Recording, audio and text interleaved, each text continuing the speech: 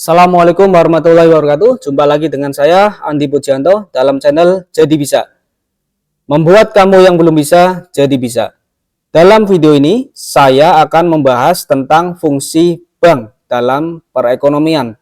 Untuk Anda yang saat ini masih belum memahami tentang fungsi bank, silakan simak baik-baik video ini dari awal sampai selesai agar Anda bisa memahami fungsi bank dengan tepat.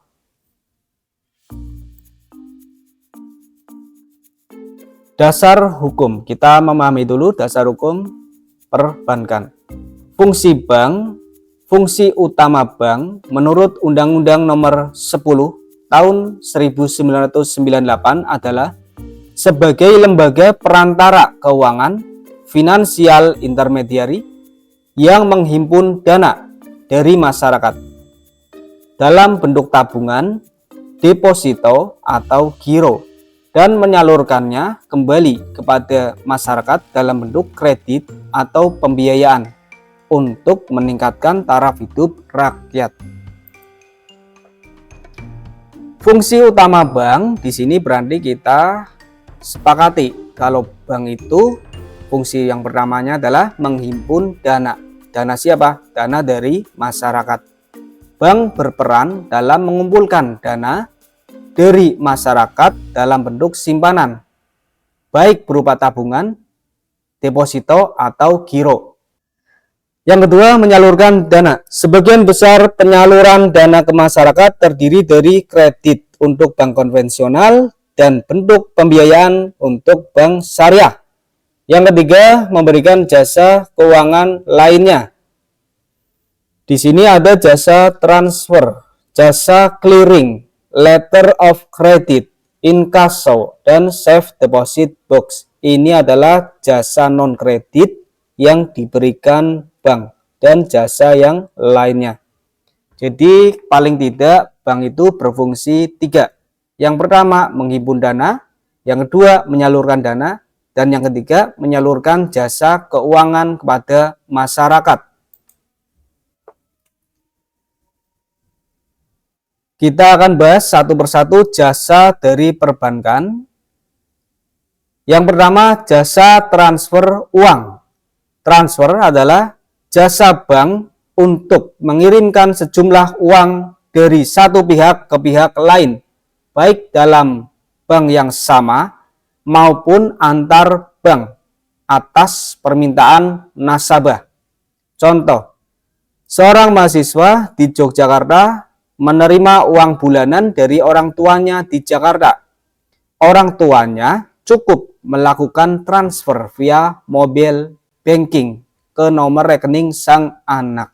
Ini adalah salah satu jasa bank, yaitu jasa transfer yang paling banyak dinikmati masyarakat. Yang kedua, jasa safe deposit box atau SDB. SDB adalah jasa penyewaan kontak penyimpanan dokumen atau benda berharga yang dirancang khusus dari bahan baja dan ditempatkan dalam ruang khasanah bank yang sangat aman. Ini adalah semacam jasa brankas, jasa penyimpanan barang berharga dalam brankas yang disediakan oleh bank SDB. Contoh, Ibu Sari memiliki perhiasan emas dan sertifikat tanah asli. Karena merasa tidak aman menyimpannya di rumah, ia menyewa SDB di bank dengan biaya tahunan tertentu. Untuk membukanya diperlukan 2 kunci. 1 kunci dipegang Bu Sari dan 1 kunci dipegang oleh petugas bank. Berikutnya adalah jasa letter of credit, LC.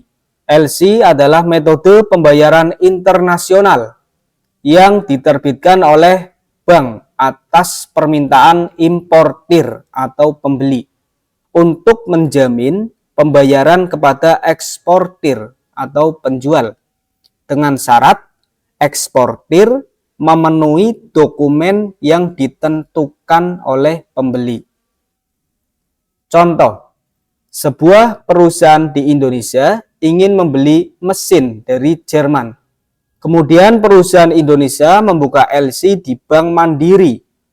Setelah mesin dikirim dan dokumen diterima, Bank Mandiri menjamin pembayaran kepada pihak Jerman. Ini adalah contoh penerapan LC dalam ekspor impor mesin yang dibeli dari Jerman. Kemudian ada jasa inkaso. Inkaso adalah jasa bank untuk menagih warkat. Warkat bisa berupa surat berharga seperti cek atau bilet giro kepada pihak ketiga di kota lain atau luar negeri, beda wilayah. Contoh, Pak Budi di Surabaya menerima pembayaran berupa cek dari kliennya di Medan. Pak Budi tidak perlu terbang ke Medan untuk mencairkan cek tersebut. Ia cukup mendatangi banknya di Surabaya untuk melakukan proses inkaso. Bank di Surabaya akan menghubungi bank di Medan untuk menagih dananya. Ini adalah contoh penerapan inkaso yang dilakukan Pak Budi. Kemudian jasa clearing. Jasa clearing ini adalah jasa penyelesaian transaksi keuangan antar bank, baik transfer dana maupun pertukaran warkat seperti cek, bilet giro, dan sebagainya, yang dikelola oleh Bank Sentral, yaitu Bank Indonesia, untuk memindahkan saldo secara kolektif. Contoh, Atar membeli sebidang tanah senilai 500 juta rupiah ke Rafid. Atar adalah nasabah Bank BRI. Rafid adalah nasabah Bank BNI. Jadi antara Atar pembeli dan Rafid penjual beda bank. Dalam pembayaran, Atar menggunakan cek. Selanjutnya, Rafid sebagai penjual membawa cek tersebut ke Bank BNI, bank yang sesuai dengan tempat menabungnya, untuk menyairkan cek tersebut. Namun, tidak bisa langsung cair karena beda bank.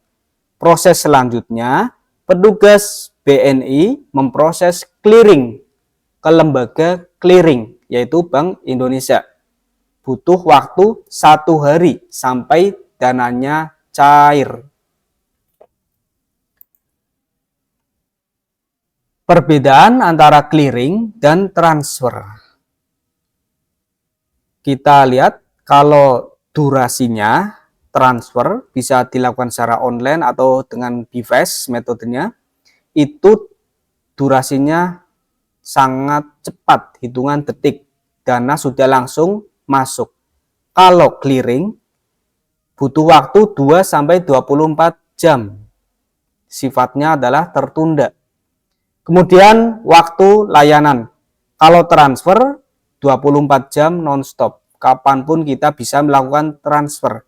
Kalau clearing hanya bisa di jam kerja bank, Senin sampai Jumat, jam sekian sampai jam sekian. Limit nominal, kalau transfer terbatas, masing-masing bank beda ya. Saya contohkan, maksimalnya di sini adalah 250 juta. Ini adalah limit nominal transfer. Kalau clearing tinggi, limit nominalnya sampai dengan 500 juta. Kemudian dari sisi pihak penengah, kalau transfer menggunakan perusahaan switching, kalau clearing menggunakan Bank Indonesia.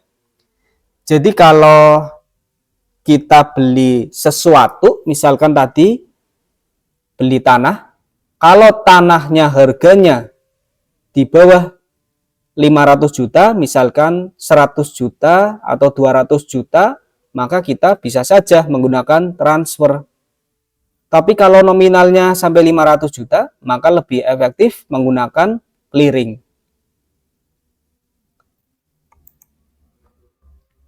Demikian video yang dapat saya sampaikan. Semoga Anda yang sudah menyimak dari awal sampai selesai bisa memahami dengan baik. Wassalamualaikum warahmatullahi wabarakatuh.